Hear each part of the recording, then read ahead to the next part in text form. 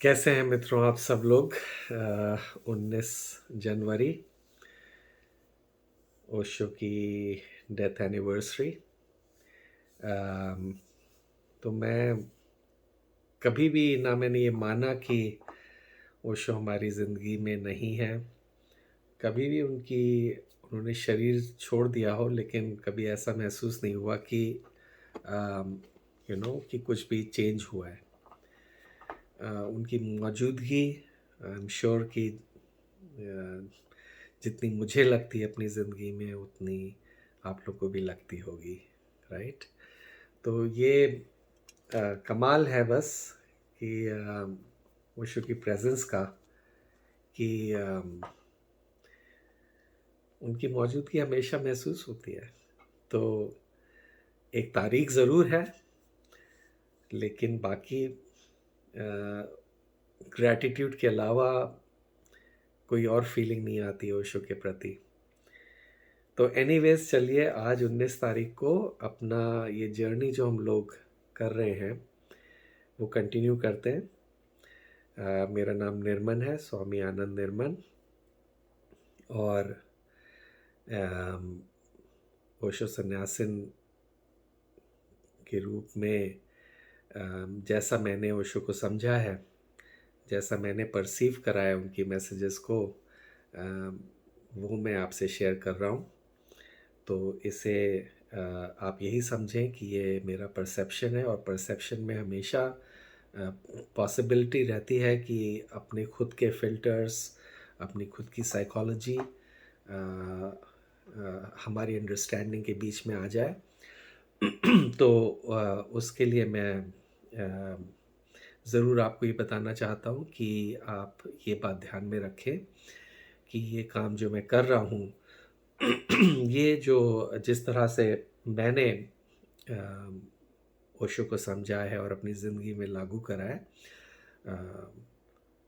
उसी का मेरा ये पूरा अपना अंदर से प्रयत्न है कि मैं पूरी तरीके से एक्सप्रेस कर सकूं आपके सामने। तो चलिए शुरू करते हैं, कंटिन्यू करते हैं अपनी जर्नी को। और हम लोग क्या कर रहे हैं कि हमने एक टॉपिक लिया है पैसे का, क्योंकि पैसा ज़िंदगी में, सभी की ज़िंदगी में ज़्यादा ज़रूरी है। और मेरा ये देखना है कि एज अ सन्यासिन, क्योंकि हम लोग की जो पूरा फोकस है वो आध्यात्म की तरफ है, तो बाकी जो फील्ड्स हैं ज़िंदगी के वो कभी कभी इग्नोर हो जाते हैं। फॉर एग्ज़ाम्पल हेल्थ ले लीजिए। तो एज आई सेड कि हमारा पूरा फोकस जो है कम्प्लीटली वो स्पिरिचुअल ग्रोथ पे है। ओशो की जितनी सारी टॉपिक्स हैं और जो पूरा प्राइमरी जो फोकस है वो स्पिरिचुअलिटी पर है, मेडिटेशन पे है, अध्यात्म पर है, प्रेम पर है। इसलिए अक्सर मैंने ये देखा है कि हम सन्यासी लोगों की ज़िंदगी में बाकी जो आयाम हैं, जैसे कि मनी है, हेल्थ है, मेंटल हेल्थ है, फिज़िकल हेल्थ है, और भी बहुत सारे टॉपिक्स हैं ज़िंदगी के, उन पे हमारा फोकस उतना नहीं है। ठीक है। तो इसलिए, लेकिन ऐसा नहीं है कि ओशो ने उन टॉपिक्स पे बोला नहीं है। ये भी शायद अपना ही नज़रिया हो कि हमने शायद ऐसा समझा हो कि ओशो सिर्फ आध्यात्म पे बोल रहे हैं, जबकि मेरा ये मानना है कि ओशो ने ज़िंदगी के सभी आयामों को टच करा है। ये पूरा लाइफस्टाइल की ट्रेनिंग है। तो मैंने क्या करा है कि ओशो ने जो इंग्लिश में बोले हैं डिस्कोर्सेज अपने, उनको मैं हिंदी में ट्रांसलेट करके आप तक पहुंचा रहा हूं। और इसमें दूसरी बात यह है कि ना सिर्फ मैं इंग्लिश के डिस्कोर्सेज उठा रहा हूं, बल्कि मेरा फोकस उनके क्वेश्चन आंसर्स पे है, क्योंकि मुझे ऐसा लगता है कि ये क्वेश्चंस जो हैं वो टाइमलेस हैं। और जो क्वेश्चंस उस ज़माने में पूछे गए, वो क्वेश्चंस वही रहे हैं। हो सकता है टेक्नोलॉजी बदल रही है, हो सकता है इकोनॉमी बदल रही है दुनिया में, हो सकता है नए नए इनोवेशंस आ रहे हैं टेक्नोलॉजी और अलग अलग क्षेत्रों में, लेकिन जो बेसिक सवाल हैं ज़िंदगी के आयामों पर, वो अभी भी कॉमन है। और मुझे तो ऐसा ही लगता है कि वो सवाल मेरे भी सवाल हैं। तो इसलिए मैंने क्वेश्चन आंसर्स पर ही फ़ोकस करा है। और इंग्लिश में इसलिए कर रहा हूँ क्योंकि हिंदी में तो मेरा कोई वैल्यू ऐड नहीं है, क्योंकि हिंदी आप समझते ही हैं। तो उसमें मुझे कुछ बताने की ज़रूरत नहीं है। लेकिन कई मित्र हैं जो अंग्रेज़ी में उतना कंफर्टेबल नहीं हैं, उतना मज़ा नहीं आता उन्हें सुनने में, और शायद कुछ ऐसे भी होंगे जिन्हें शायद समझ में भी ना आता हो। तो इसलिए मेरा बहुत नैरो फोकस है इस काम जो मैं कर रहा हूँ इस सीरीज़ में, कि मैं सिर्फ अंग्रेज़ी के क्वेश्चन आंसर उठा रहा हूँ। और अभी मैंने जो डिमेंशन पकड़ा है वो ओशो ने पैसे के बारे में क्या बोला है, क्योंकि वो हम सभी की ज़िंदगी का एक इम्पॉर्टेंट क्वेश्चन रहता है उसको लेके। ओके, तो पहले जो अभी 5 मैंने वीडियोस रिकॉर्ड करे थे, उनको एक हल्का सा रिकैप कर लेते हैं। इसमें मनी के क्या ब्लॉक्स होते हैं हमारी ज़िंदगी में, मनी को लेकर क्या ब्लॉकेजेस होते हैं हमारे साइकोलॉजी में, जिसकी वजह से मनी का फ्लो हम लोग की ज़िंदगी में नहीं होता है, या उतना नहीं होता है, या फिर आता है पैसा चला जाता है, या पैसा आता नहीं है। तो हम लोग हमेशा ये सोचते हैं कि भाई शायद मुझ में कोई कमी है, या मुझे पैसा कमाना नहीं आता है, या औरों के पास आता है मेरे पास नहीं आता है। और फाइनली हम ये भी सोच लेते हैं भाई हम तो सन्यासी हैं, हमें पैसे से क्या करना है। तो ये सब जो है धारणाएं जो हैं, और ये जो हमारे कल्चर में पैसे को लेके क्या कहना चाहिए, कुछ प्रीसपोजिशंस हैं, कुछ मिसकंसेप्शंस हैं, कुछ नेगेटिव बिलीफ्स हैं, उनको इस सीरीज़ के थ्रू मैं उम्मीद कर रहा हूँ कि जो ओशो का गाइडेंस है उससे आप समझेंगे कि ये क्या ब्लॉकेजेस है हमारे अंदर, और फिर उस पर हम काम कर सकेंगे। तो चलिए, पहले उसका जो 5 वीडियो मैंने बनाए थे, उसमें जो ओशो ने बोला था, वो 4 ब्लॉक्स के बारे में मैंने ज़िक्र करा था। पहला ब्लॉक था कि money is your love for possession, यानी कि हम चीज़ों को पकड़ना चाहते हैं, हम लोगों को पकड़ना चाहते हैं, उन्हें अपने काबू में, कंट्रोल में करना चाहते हैं। तो उसके बारे में ओशो ने एक्सप्लेन करा था कि लोगों को तो हम नहीं पकड़ पाते हैं, तो हम चीज़ों को पकड़ना चाहते हैं, और उन चीज़ों को लाने के लिए हम पैसा कमाते हैं फिर। तो उससे हमारी पोजेशन करने की जो अंदर की एक हंगर है, अंदर का एक डिज़ायर है, वो पूरा हो जाता है। दूसरा पॉइंट फिर ओशो ने कहा था कि money is your escape from people. इसका मतलब है कि हम पैसे को यूज़ करते हैं लोगों से दूर भागने के लिए, क्योंकि लोगों से हमें हो सकता है ज़िंदगी में कहीं धोखा मिला हो, कहीं चीट करा हो, कहीं दिल टूटा हो, तो हमारा लोगों पर से भरोसा उठ जाता है। तो हम लोगों से दूर जाने के लिए, इस सोसाइटी से दूर जाने के लिए, या तो हम एक फ़कीर की तरह जीने लगते हैं गरीबी में। वो भी हमने देखा हुआ है, कई हमारे सन्यास मित्र जो हैं वो डेफ़िनेटली उस तरह की ज़िंदगी गुज़ार रहे हैं जहाँ पैसे का हमेशा अभाव रहता है, लेकिन वो मस्त रहते हैं, क्योंकि उनके दिमाग में ये आ गई है बात कि ऐसे में क्या है, पैसा में क्या रखा है, पैसा तो ख़राब है, ब्ला ब्ला ब्ला, जो भी पैसे को लेके हमारे नेगेटिव बिलीफ्स हैं। और दूसरे किस्म के लोग जो ज़िंदगी को फिर भी एंजॉय करना चाहते हैं, तो वो खाना पीना चाहते हैं, वो कपड़े अच्छे पहनना चाहते हैं, वो जो भी कंफर्ट्स हैं उनको ज़िंदगी में लाना चाहते हैं, तो वो भागते नहीं है ज़िंदगी से, और वो फिर एक अच्छी बैलेंस ज़िंदगी जीने की कोशिश करते हैं। तो पैसा कमाते हैं, और लोगों से ज़रूर दूर हो जाते हैं अभी भी, क्योंकि लोगों से उनका भरोसा, दिल टूट चुका है, और वो अपने आप में ही मस्त रहना चाहते हैं। तो वो उसका ज़रिया फिर वो पैसे से वो अपने चारों तरफ एक सिक्योरिटी खड़ी कर लेते हैं। ठीक है? तो इस पे मैंने डिटेल में बात करी थी। पिछले, आपको अगर ये याद ना हो तो आप पिछले वीडियोस देख लें इस सीरीज़ में। तीसरी बात जो हमने करी थी वो ये कि money is your security against death. कई लोगों के दिल में ये होता है कि भाई मौत से बहुत डर लगता है, तो वो पैसे से इंश्योरेंस, या पैसे से इसलिए भी पैसा कमाना चाहते हैं कि उनको कोई बीमारी से मौत से डर लगता है, तो कोई बीमारी ना हो जाए, उसकी दवाएं कैसे आएंगी, वो हॉस्पिटल के पास रहना चाहते हैं, इसलिए वो पैसा कमाना चाहते हैं। तो ये तीसरा ब्लॉकेज था, सिक्योरिटी अगेंस्ट डेथ। चौथा हमने बात करी थी कि money is your effort to control life, यानी कि हम लाइफ को कंट्रोल करना चाहते हैं और उसके लिए हम पैसा इकट्ठा करते हैं, जिससे कि हमें ये वो लोग होते हैं इसमें जो लोग ये सोचते हैं कि मनी इज़ एवरीथिंग।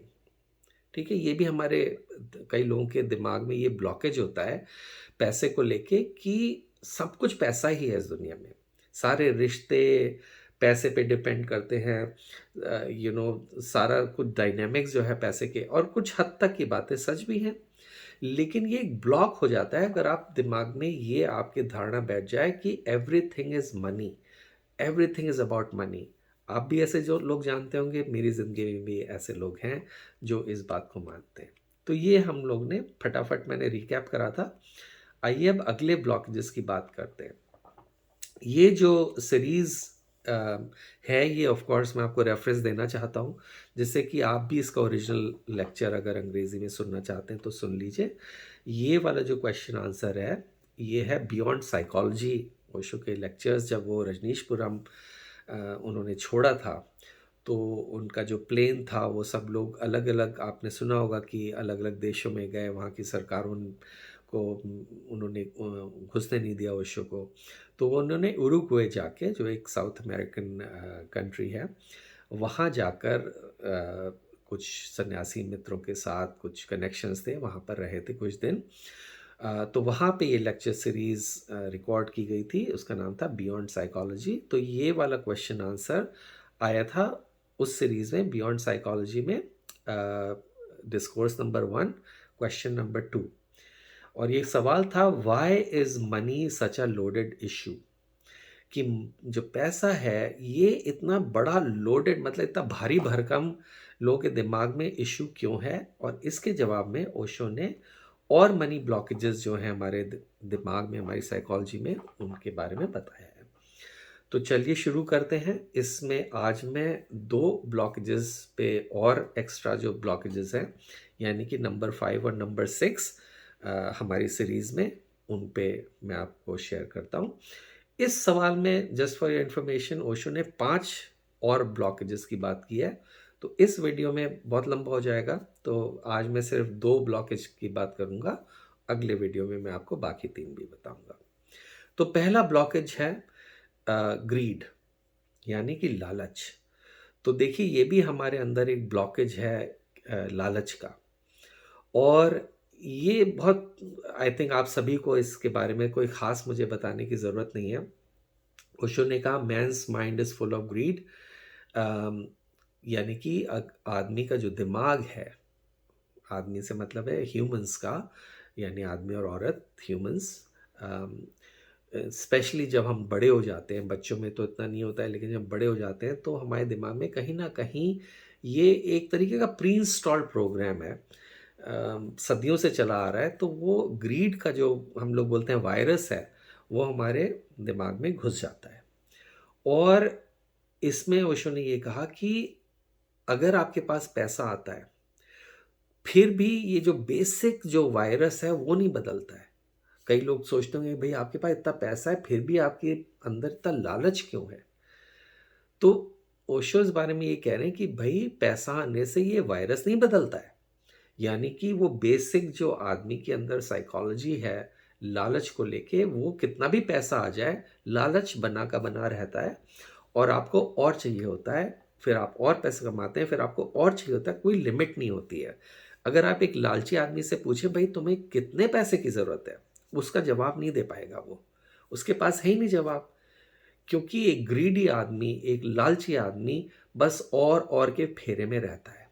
ओके, तो वो सिर्फ more and more and more इसी के इस सर्कल में ही घूमता रहता है और कभी नहीं निकल पाता है अपने पूरे जीवन में, अगर उसे इस बात की अवेयरनेस ना हो और वो इसमें जो मनी को लेके इसकी जो प्रोसेसेस होती हैं जिनसे ये ब्लॉकेजेस हटाए जा सकते हैं, उन पे काम ना करे, तो ये वायरस हमेशा उसकी ज़िंदगी में उसे परेशान करता रहेगा और वो कभी खुश नहीं रहेगा। ये आदमी आपको कभी खुश दिखेगा ही नहीं। वो कभी मौज मस्ती नहीं कर पाएगा, वो हमेशा बस मोर एंड मोर के होड़ में रहेगा। ओके, सो ये 5वां ब्लॉक था। ऐसे 31 ब्लॉक होते हैं जिनको मैं सब आपको बताऊंगा। तो अब चलिए छठे ब्लॉक पे ओशो ने इस क्वेश्चन में बताया। ये छठा ब्लॉक है गिल्ट का। ओके, तो गिल्ट मतलब ये अंदर एक फील होना कि क्या बोलते हैं, ग्लानी, आत्मग्लानी, राइट। वैसे गिल्ट आप समझते होंगे, मुझे हिंदी ट्रांसलेशन इसका समझ में नहीं आ रहा है क्या होगा। शायद अगर आपको इससे बेटर वर्ड पता हो तो मुझे मैसेज कर दीजिएगा। मुझे ऐसा लगता है शायद आत्मग्लानी या गिल्ट फील करना कि अफसोस, गिल्ट, ऐसा है ना, महसूस होना अंदर से। अफसोस शायद नहीं, बट एनीवेज, तो मैं समझाता हूँ आपको इसका क्या मतलब है। देखिए, जब लोग बहुत पैसा कमा लेते हैं तो उनके अंदर ये भी पैटर्न डेवलप हो सकता है कि मेरे पास इतना पैसा है, और उनके अंदर उन्हें पता है। देखिए, पैसा कमाना एक अग्रेसिव काम होता है। उसके लिए आपको अ, ये पैसा ऐसा तो है नहीं कि टपक रहा है आपके ऊपर फ्री में। पैसा कमाने के लिए आपको बहुत कुछ करना पड़ता है, और काफ़ी, मेरे देखिए उसमें काफ़ी एग्रेशन इन्वॉल्व होता है। एग्रेशन यानी कि उसके पीछे जो लोग के अंदर ये ग्रीड होती है या पैसा कमाने की होड़ होती है, वो बहुत एग्रेसिव होते हैं।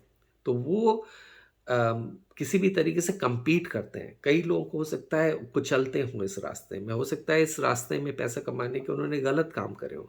तो ओशो ने ये लिखा है कि इट सीम्स दैट ये क्वेश्चन में था, एक्चुअली किसी ने पूछा था, उन्होंने क्वेश्चन में कहा था कि इट सीम्स एज दो when we have money we feel guilty about it and thus compelled to spend it। यानी इसका मतलब है कि क्वेश्चन वाले ने ये पूछा है ओशो से कि कई बार ऐसा मुझे लगता है कि जब हमारे पास पैसा होता है तो हमें अंदर एक आत्मग्लानि की फीलिंग आती है, गिल्टी फीलिंग आती है, और उसे फिर खर्च करने के लिए हम बेचैन हो जाते हैं।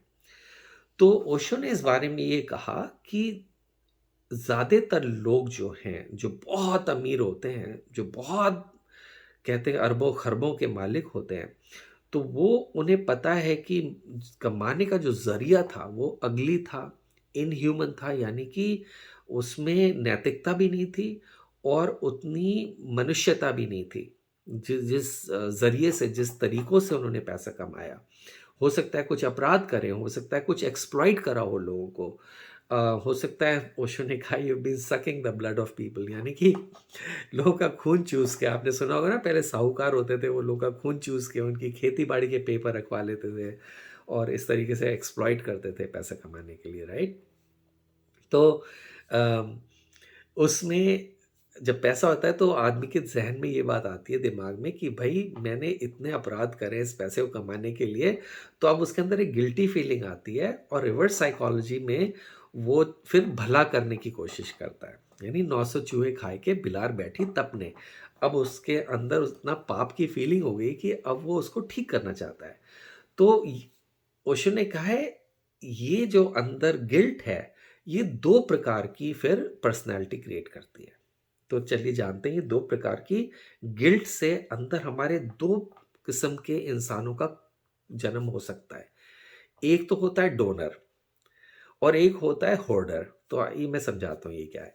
डोनर वो लोग होते हैं जो डोनेट करना चाहते हैं फिर पैसे को। ये वो लोग हैं जो आपको दिखेंगे कि अ, लाखों लाखों रुपए डोनेट कर रहे हैं। कोई धर्मशाला बनवा रहा है, कोई मंदिर में दान दे रहा है, कोई बच्चों का स्कूल खोल देगा, कोई धर्मार्थ हॉस्पिटल खोल देगा। तो ये अमीर लोग इतनी डोनेशंस देते हैं इन जगहों पे, क्योंकि अब वो अपने, उन्हें लगता है कि हमसे पाप हुए हैं पैसा कमाने में, तो अब वो हमें पाप धोने हैं। तो ये ओशो समझा रहे हैं, ये मैं नहीं कह रहा हूँ। ये ओशो समझा रहे हैं, क्योंकि मेरे देखे एक्चुअली मैंने ऐसा भी देखा है कि कुछ लोग जेन्युइनली बहुत ऑनेस्ट होते हैं, बहुत धार्मिक होते हैं। तो ऐसा नहीं है कि सभी लोगों ने पैसा गलत ढंग से कमाया है, सभी लोग जो अमीर हैं वो खराब लोग हैं, ऐसा नहीं है। ये मैं अपने एक्सपीरियंस से बता रहा हूँ। कुछ लोग ऐसे भी जिन्होंने बहुत मेहनत करी है तब पैसा कमाया है, और वो खराब लोग नहीं हैं। मैंने खुद भी काफ़ी पैसा कमाया है। मेरे साथ में लोग हैं जिन्होंने बहुत पैसा कमाया और वो खराब लोग नहीं हैं। तो ऐसा ज़रूरी नहीं है, लेकिन मैक्सिमम सिचुएशंस में जो लोग बहुत-बहुत पैसा कमाते हैं, ओशो उन लोग की बात कर रहे हैं कि उसमें फिर वो लोग जो हैं दानवीर बन जाते हैं और वो गिल्ट को हटाने के लिए इसका दान का प्रयोग करते हैं। वो डोनर कहलाते हैं, तो वो डोनर पर्सनैलिटी यानी डोनेट करते हैं वो। आपने देखा होगा, अब नाम मैं नहीं लूँगा, लेकिन आपने देखा होगा कि बहुत सारे अमीर लोग जो हैं बहुत नॉन प्रॉफ़िट्स में या फिर गरीबी हटाने में या फिर अफ्रीका में स्कूल खोलने के लिए या फिर अनाथ आश्रम्स को पैसा देने में, इन सब में बहुत डोनेशंस देते हैं। ओके? तो दूसरा वाला जो पर्सनैलिटी क्रिएट होती है वो होर्डर की होती है। होर्डर यानी जो होर्ड करते हैं पैसे को, यानी जो पकड़ के रखते हैं और बिल्कुल खर्च नहीं करना चाहते, जिन्हें हम लोग बोलते हैं ना मक्खी चूस। तो इसमें क्या होता है, जब अंदर पैसा आ जाता है तो उनको ये लगता है कि ये पैसा अब चला ना जाए। तो वो ये जो है उनके दिमाग में फ़ियर ऑफ लूज़िंग इट आ जाता है। तो वो पैसे को फिर वो इकट्ठा करके ऐसे पकड़ने लग जाते हैं। तो वो होर्डर होते हैं, वो बस होर्ड करके रखते हैं, उसको खर्च नहीं करते हैं। तो उनके अंदर ये भी एक मानसिकता आ जाती है कि ये मनी से हमें सिक्योरिटी मिलती है, मनी से हमें अच्छा लगता है, सिक्योर फील होता है कि हमारा कोई नुकसान नहीं होगा, तो इसको पकड़ के रखो। तो ये होर्डर होते हैं जो पकड़ के रखते हैं। ठीक है? तो चलिए ये दोबारा से रिकैप कर लेते हैं जो आज दो हम लोगों ने बात करी कि ये पांचवी ब्लॉकेज जो है मनी की, पांचवी जो ग्रंथि है हमारे अंदर, वो है ग्रीड की, लालच की। उस बारे में हमने अच्छे से बात की। छठी बात हमने की गिल्ट की। तो अब मैं अपनी ज़िंदगी से आपको थोड़ा सा बताऊं कि देखिए, मेरी ज़िंदगी में एक ऐसे व्यक्ति हैं जिन्हें मैं बहुत क्लोजली जानता हूँ, जिनके लिए ग्रीड, उनका ये प्राइमरी उनके अंदर एक ब्लॉकेज है ग्रीड को लेके। उसकी वजह से वो कभी मैंने उन्हें खुश नहीं देखा है। उनके लिए कितना भी, हालांकि वो ऐसा नहीं है कि वो बहुत अमीर परिवार से आए हैं, लेकिन इन शख्स की ज़िंदगी में मैं देखता हूँ और वो हमेशा परेशान दिखते हैं। पैसा आता है उनके पास, खूब अमीर हैं ये, पैसा आता है तो भी उन्हें खुशी नहीं होती, क्योंकि उन्हें लगता है कि अभी क्या, अभी तो और चाहिए। फिर उनको लगता है कि भाई जो मेरे दोस्त हैं या ये हैं वो हैं मेरी सोसाइटी में लोग, उनके पास तो बहुत पैसा है, मेरे पास उतना नहीं है, तो मुझे अब और चाहिए। तो वो एक, मैंने देखा है उनको कभी खुश नहीं देखा है, कभी ये नहीं सुना, ग्रैटिट्यूड नहीं देखा है मैंने उनकी ज़िंदगी में कि आपके अंदर एक कृतज्ञता हो, एक ग्रैटिट्यूड हो कि भाई मुझे इतना लक्ष्मी मेरे पास आ रही है, तो मैं बहुत ग्रैटिट्यूड उन्हें फील हो या उन्हें बहुत थैंकफुलनेस हो, नहीं। वो हमेशा परेशानी रहता है। गिल्टी लोगों को भी मैं जानता हूँ। एक यहाँ पर एक हैं, डॉक्टर हैं जो बहुत फेमस हैं और यहीं पर रहते हैं, वो सैन फ्रांसिस्को बे एरिया में। तो वो बहुत डोनेशंस करते हैं। अब वो कई लोगों का कहना है कि उन्होंने जो यू नो सब उल्टे सीधे प्रोसीजर करके, सर्जन के रूप में, किसी को सर्जरी की ज़रूरत नहीं है तो भी कर दी, ये बात भी आप जानते होंगे। तो इस तरह से करके उन्होंने अनगिनत पैसा कमाया है।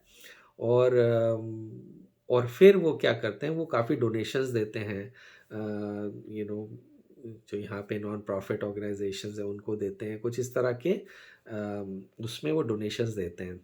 तो मैं ज़्यादा डिटेल में इसलिए नहीं बता रहा हूँ क्योंकि वो एक बहुत फेमस आदमी है और मैं उनको बदनाम नहीं करना चाह रहा, लेकिन मैं सिर्फ एग्जांपल दे रहा हूँ कि ऐसे लोगों को मैंने देखा है जिनके उन, और ये बात मुझे उनकी पता है अंदर की कि वो ऐसे उल्टे सीधे कभी सर्जरीज कर देते हैं, जो कि उनका उद्देश्य ये नहीं किसी को नुकसान पहुंचाना, लेकिन ऑफ कोर्स जब आप गलत सर्जरी कर रहे हैं तो एक बॉडी का पार्ट नुकसान कर रहे हैं, तो वो एक तरीके से नुकसान ही है। भले ही आप अपेंडिसाइटिस निकाल रहे हो जबकि ज़रूरत नहीं है, तो आप कहेंगे भाई अपेंडिसाइटिस का तो कोई फ़ायदा नहीं होता है, वैसे बॉडी में निकल भी जाए तो कोई फ़र्क नहीं पड़ता है। लेकिन मेरा ये मानना है कि इस प्रकृति ने कोई भी हमारी बॉडी में एक्स्ट्रा ऑर्गन नहीं दिया है। तो ये कहना कि ये ऑर्गन बेकार है निकाल दो, ये इसका कहीं ये हो सकता है साइंस को, मेडिकल साइंस को अभी उसकी ज़रूरत ना पता हो, लेकिन मैं ये मानता हूँ, ये मेरा बिलीफ है। इसको साइंस तो नहीं बोलूँगा क्योंकि मैं मेडिकल स्टूडेंट नहीं हूँ, लेकिन ये मैं ज़रूर मानता हूँ कि प्रकृति कोई भी ऐसी चीज़ नहीं बनाएगी जो नीड पे बेस ना हो, विच इज़ नॉट नीडेड। इसकी ज़रूरत कोई ना कोई ज़रूर रही होगी, तभी वो ऑर्गन हमारी शरीर में है। खैर, I am deviating from the topic, मैं टॉपिक से थोड़ा अलग हट रहा हूँ। तो ये बात आज हमने करी। तो इन ब्लॉकेजेस में आप देखिए कि आपकी ज़िंदगी में मनी को लेके क्या ब्लॉकेजेस हैं। तो अभी तो हम इस बारे में और बात करेंगे। फ़िलहाल आज के लिए इतना ही। अगर आपको ये वीडियो पसंद आया तो शेयर करें, अच्छा लगा तो सब्सक्राइब करें। तो मैं इस बारे में अभी हम 30 ब्लॉक 31 ब्लॉक्स के बारे में बात करेंगे जो मनी को लेके होते हैं, और उसके बाद फिर ओशो ने जो समाधान दिए हैं हम उन पे फोकस करेंगे। ओके, लेकिन मैं चाह रहा हूँ कि पहले आप समझ लें कि हमारी ज़िंदगी में पैसे को लेके क्या क्या ब्लॉक्स होते हैं अंदर। तो ज़रूरी नहीं है आपके अंदर ये सारे 31 ब्लॉक होंगे, लेकिन जैसे जैसे मैं आपको ये बता रहा हूँ जो ओशो ने इस टॉपिक पे बोला है, आप देखें कि आपकी ज़िंदगी में इनमें से कौन से ब्लॉक्स हैं। हो सकता है एक ब्लॉक की परसेंटेज थोड़ी कम हो, दूसरे की ज़्यादा हो, कि छोटी छोटी मोटी मात्रा में, किसी रेशो में, ये हम सबके अंदर होता है। तो उसके प्रति अवेयर हो जाना पहली स्टेप है, लेकिन उसके बाद उन ब्लॉकेजेस को कम्प्लीटली अपने अंदर से हटाना, उसके लिए थोड़ी डीपर प्रोसेसेस होती हैं जो मैं बाद में आपको अगर इंटरेस्ट होगा तो उस पर भी डिस्कस कर सकते हैं। ठीक है, आज के लिए इतना ही। मेरा प्रणाम स्वीकार करें, फिर बात होगी आपसे। धन्यवाद।